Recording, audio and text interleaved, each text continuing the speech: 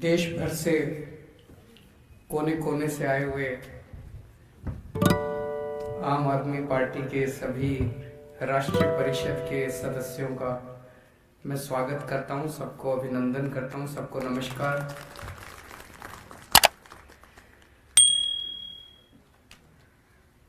दिल्ली के चुनाव के बाद ये पहली बार हम लोगों को मिलने का मौका हो रहा है, तो सबसे पहले आप सब लोगों को बधाई देना चाहता हूं कि आपकी पार्टी ने दिल्ली के चुनावों में शानदार जीत हासिल की।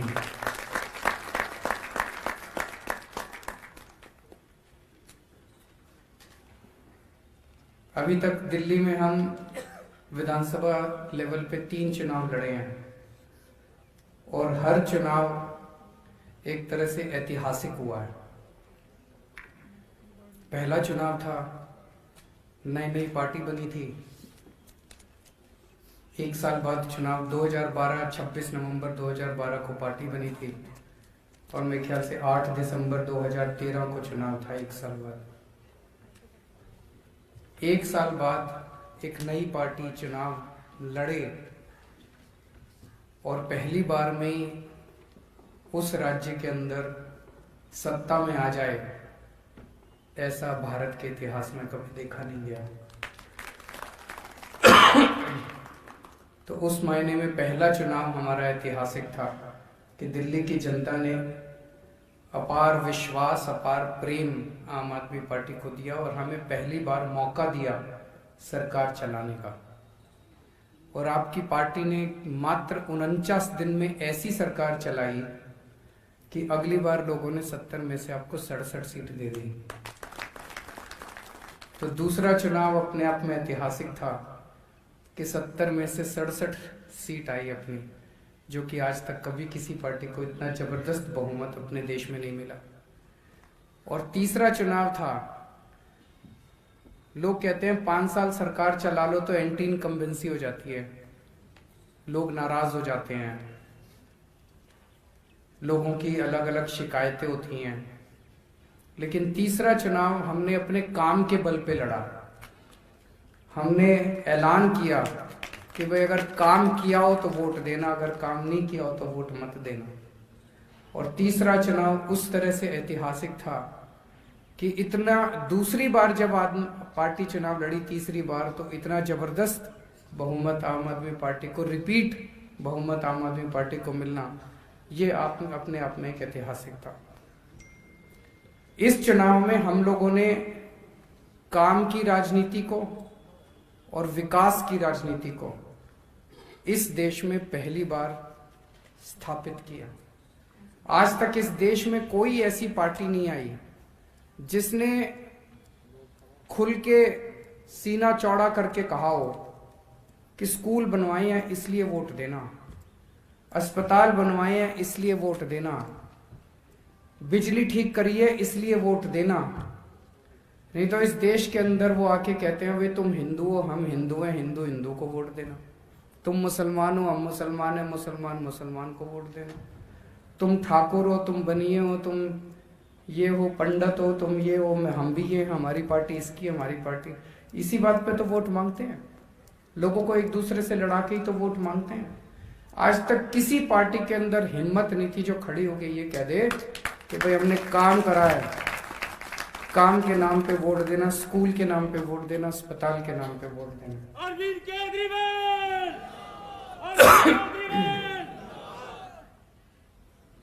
और इन लोगों की हिम्मत नहीं है जो उसको काउंटर कर सकें।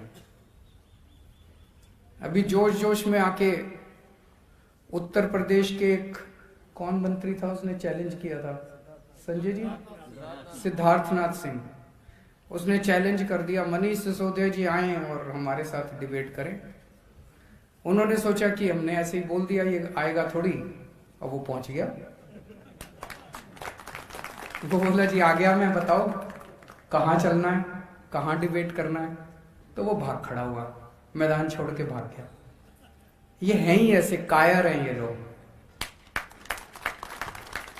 काम इन्होंने किया ही नहीं है, ऐसे ही चैलेंज करते हैं। एक बार इनकी आंख में आंख डाल के बात करो, ये मैदान छोड़ के भाग जाते हैं। तो मनीष सिसोदिया जब वहां पहुंचे लखनऊ में, उन्होंने कहा भाई मैं आ गया, और उनके एक नहीं दो दो तीन तीन मंत्रियों ने, उत्तर प्रदेश के योगी जी के दो दो तीन तीन मंत्रियों ने चैलेंज किया था कि हमने स्कूल बड़े अच्छे कर दिए, आके देखो और हमारे साथ डिबेट करो। और जब मनीष जी वहां पे पहुंचे और उनके स्कूल देखने के लिए जब वो चले, तो उन्होंने अपनी पुलिस भेज के मनीष जी को रोक लिया, जाने नहीं दिया आगे। इतना डर, इसका मतलब स्कूल ज्यादा ही खराब है। वो नहीं चाहते थे, मनीष जी के साथ साथ सारा मीडिया जा रहा था, सारा मीडिया पीछे पीछे जा रहा था, पूरा नेशनल टेलीविजन पे आ जाता योगी जी के स्कूलों का क्या हाल है। तो उन्होंने मनीष जी को रास्ते में ही रोक लिया और इनको स्कूल देखने। मेरा ये कहना है कि जो स्कूल तुमको दिखाने में इतना शर्म आ रही है, उस स्कूल में हमारे करोड़ों बच्चे पढ़ रहे हैं। सोचो उन बच्चों के साथ तुम क्या कर रहे हो, उन बच्चों का तुमने क्या हाल कर रखा है। उन बच्चों का तो भविष्य अंधकार में है। फिर एक उत्तराखंड के मंत्री हैं, उनका क्या नाम है, मदन कौशिक।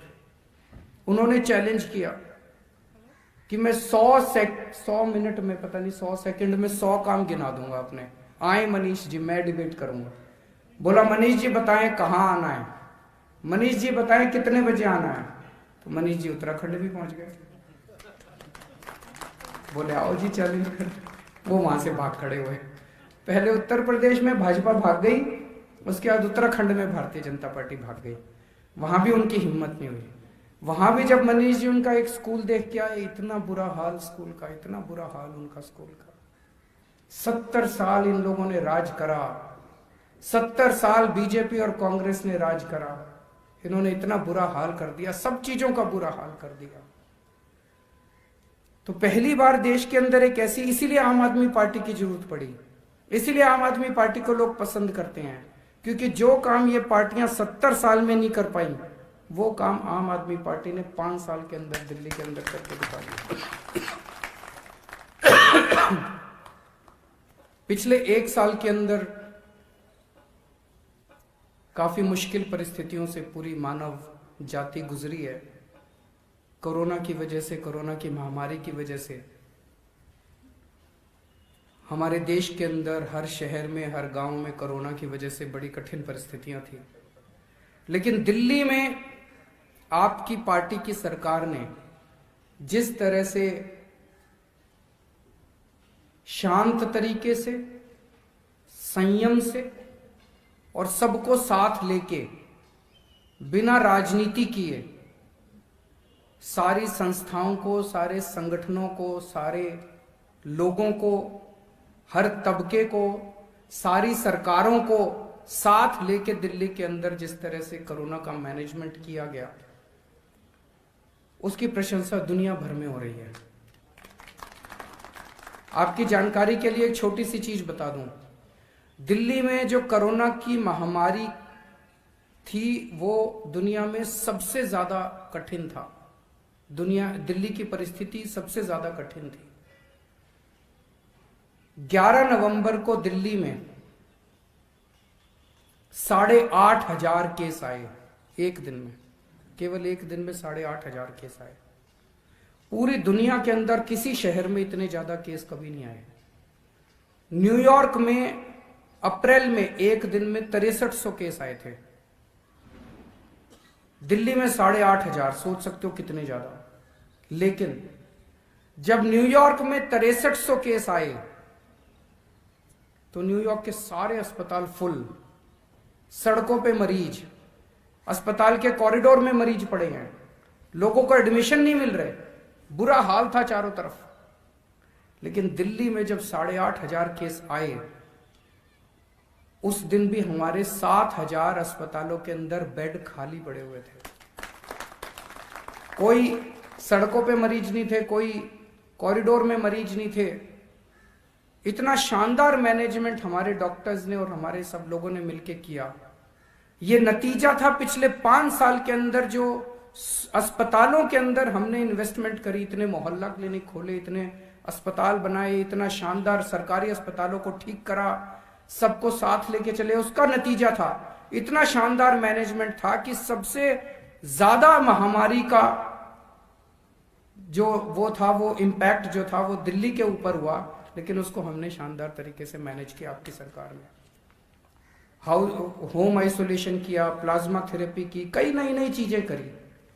सबसे इंपॉर्टेंट चीज करी, मैं देख रहा था एक राज्य, उस राज्य के अंदर एक हॉस्पिटल के अंदर एक ही आदमी 50 बार अपनी नाक में वो डाल के और वो सैंपल दे रहा है। इसका क्या मतलब है? इसका मतलब फर्जी टेस्ट हो रहे थे, फर्जी टेस्ट कर करके वो अपनी रिपोर्ट तैयार कर रहे थे कि कोरोना नहीं है। दिल्ली के अंदर हमने फर्जीवाड़ा नहीं होने दिया। हमने उनको कहा, अपने सारे अफसरों को भी और डॉक्टरों को भी, जो सही पोजीशन है वो दिखाओ। अगर मैं मुख्यमंत्री होने के नाते मेरे को सही पोजीशन नहीं पता और मैं जनता को सही पोजीशन नहीं दिखाऊंगा तो अंदर ही अंदर तो बीमारी बढ़ती जाएगी, लोग मरते जाएंगे। मेरे लिए लोग इंपॉर्टेंट हैं कि मेरे लिए ये आंकड़े इंपॉर्टेंट हैं? मेरे लिए तो लोग इंपॉर्टेंट है, मेरे लिए तो लोगों की जान इंपॉर्टेंट है। एक एक जान हमारे लिए कीमती है। हमने आंकड़ों के साथ खिलवाड़ नहीं किया, जो था जनता के सामने रख दिया। जब कोरोना बढ़ा दिल्ली में तो इन लोगों ने खूब गालियां दी हमको। हमने संयम के साथ मुंह बंद रख के, मुंह पे उंगली रख के हमने सारा काम करते गए और आज ऊपर वाले की दया से कल 80,000 टेस्ट हुए, 100 से भी कम केस आने चालू हो गए दिल्ली के अंदर। तो कोरोना का भी काफी अच्छा काम हुआ और आपकी पार्टी की सरकार की पूरी चारों तरफ इस बात की तारीफ हो रही है। मेरे को सबसे अच्छा तो लगा कि 2 जुलाई को दिल्ली में पहला प्लाज्मा बैंक बना था, दुनिया का पहला प्लाज्मा बैंक, और 27 अगस्त को अमेरिका के राष्ट्रपति ने कहा था कि हम भी अब प्लाज्मा इस्तेमाल करेंगे। अभी जो मैं चारों तरफ सुनता हूं, आप लोगों से बात करता हूं, लोगों से बात करता हूं, देश के अंदर, पूरे देश में, हर जगह, गांव-गांव के अंदर दिल्ली की आम आदमी पार्टी के काम, सरकार के कामों की चर्चा है कि नहीं है? देश भर में लोग इज्जत करते हैं आम आदमी पार्टी की, देश भर में लोग प्यार करते हैं आप लोगों से, देश भर में लोग प्यार करते हैं आम आदमी पार्टी से। फिर जब पूछो वोट दोगे, कहते जी अभी तो इनका यहां कुछ है नहीं, ऐसे कहते हैं। ये जो छोटा सा फासला है ये तय करना है कि अभी तो कुछ है नहीं, इसके लिए आप लोग संगठन बनाना है। मोटे मोटे तौर पे अगर हम कहें तो अब लोग आपकी पार्टी को चाहते हैं। पूरे देश में सबको पता चल गया, दिल्ली में 24 घंटे बिजली मिलती है और फ्री बिजली मिलती है। ये 8वें चमत्कार से कम नहीं है कि 24 घंटे बिजली और फ्री बिजली सबको चाहिए, देश भर में किसको नहीं चाहिए। और बाकी सरकारें कर नहीं पा रही, उनसे हो नहीं रहा। अगर होता तो अभी तक कर देते। ये जादू तो अपने को ही आता है और तो किसी को आता नहीं है, हम ही कर सकते हैं और कोई कर नहीं सकता। तो लोग, सारे लोग चाहते हैं कि ये हो, लेकिन वो संगठन अपने को बनाना पड़ेगा। उसके लिए आपको मेहनत करनी पड़ेगी, गली गली में जाना पड़ेगा, लोगों से मिलना पड़ेगा और बहुत बड़े स्तर के ऊपर संगठन बनाना पड़ेगा, सबको जोड़ना पड़ेगा। कहीं कहीं होता है, किसी को लगता है यार मैंने दूसरों को ले लिया तो मेरी टिकट ना कट जाए, कुछ ज्यादा होता है ना कहीं कहीं, वो नहीं करना। सबको जोड़ो, सारा देश जुड़ेगा, सारा देश आम आदमी पार्टी का हिस्सा बनेगा, तभी अपना तभी देश का बदलाव होगा। आम आदमी पार्टी क्या है?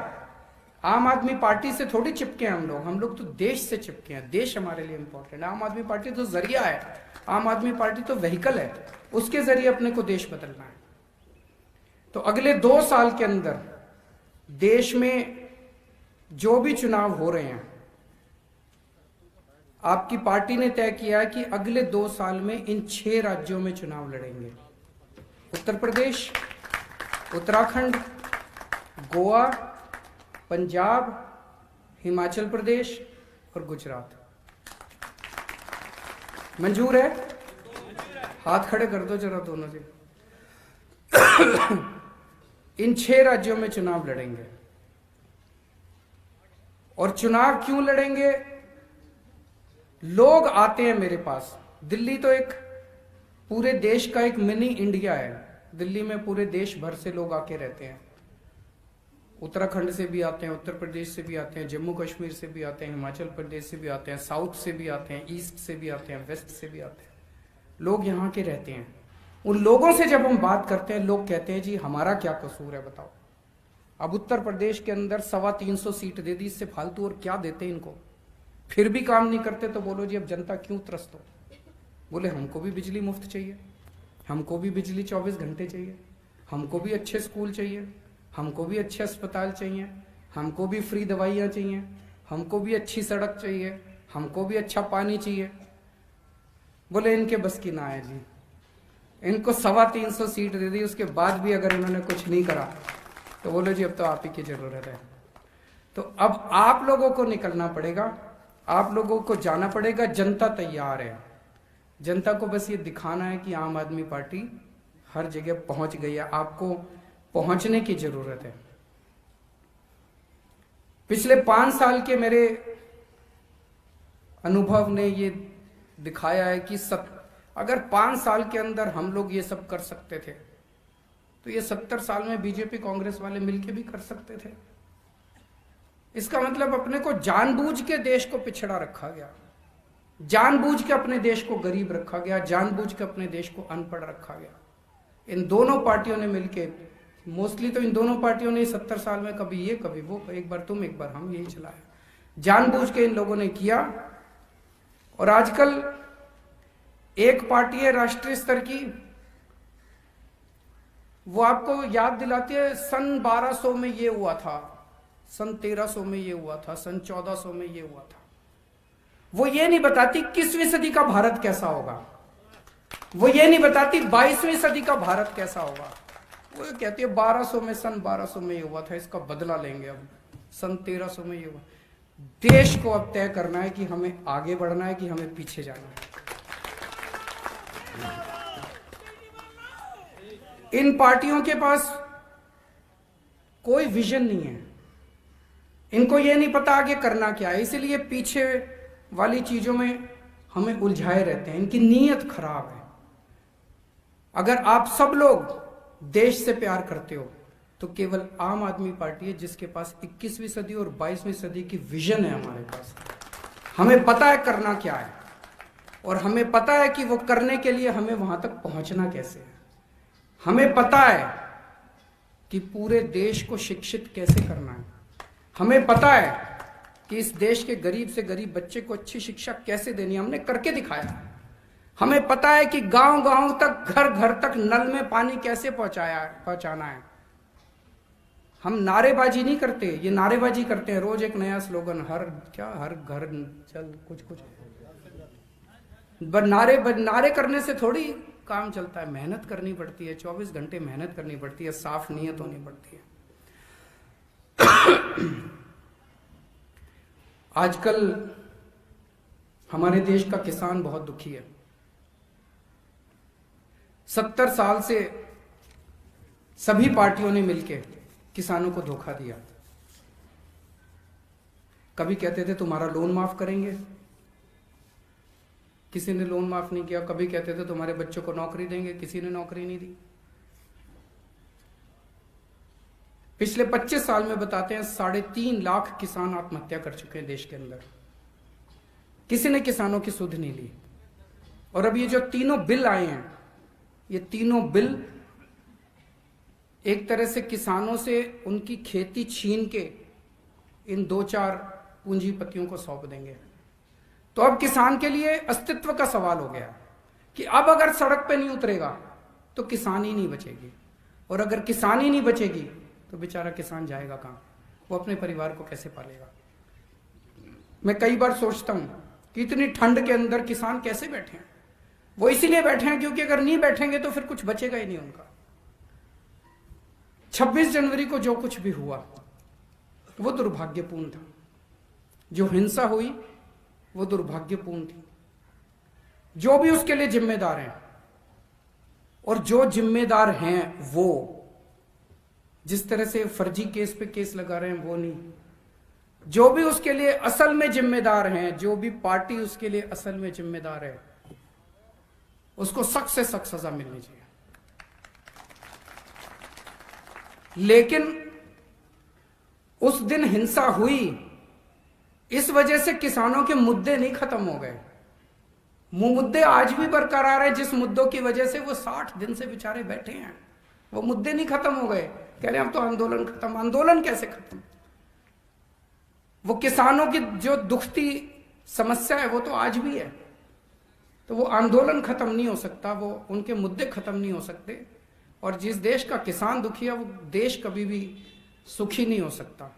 हम सब लोगों को मिलके किसानों का साथ देना है, अपने अपने इलाके में अहिंसा पूर्वक, शांति पूर्वक सबको साथ देना है। और जब भी किसानों का साथ देने जाओ, अपना झंडा, डंडा, टोपी घर छोड़ के जाना। वहां हमें पूरे गैर राजनीतिक तरीके से एक आम आदमी बन के जाना है, इस देश का एक आम नागरिक बन के जाना है। वहां पे कोई राजनीति नहीं करनी उसके साथ। आप सब लोग दूर दूर से आए हैं दिल्ली में, आप सब लोगों का स्वागत है। और मैं उम्मीद करता हूं, मेरे को अभी जाना पड़ेगा क्योंकि मेरी कैबिनेट मीटिंग है इसके तुरंत बाद। मैं उम्मीद करता हूं आपका बाकी दिन की जो चर्चा होगी वो काफी अच्छी रहेगी। आप सब लोगों को बहुत बहुत शुक्रिया। भारत माता की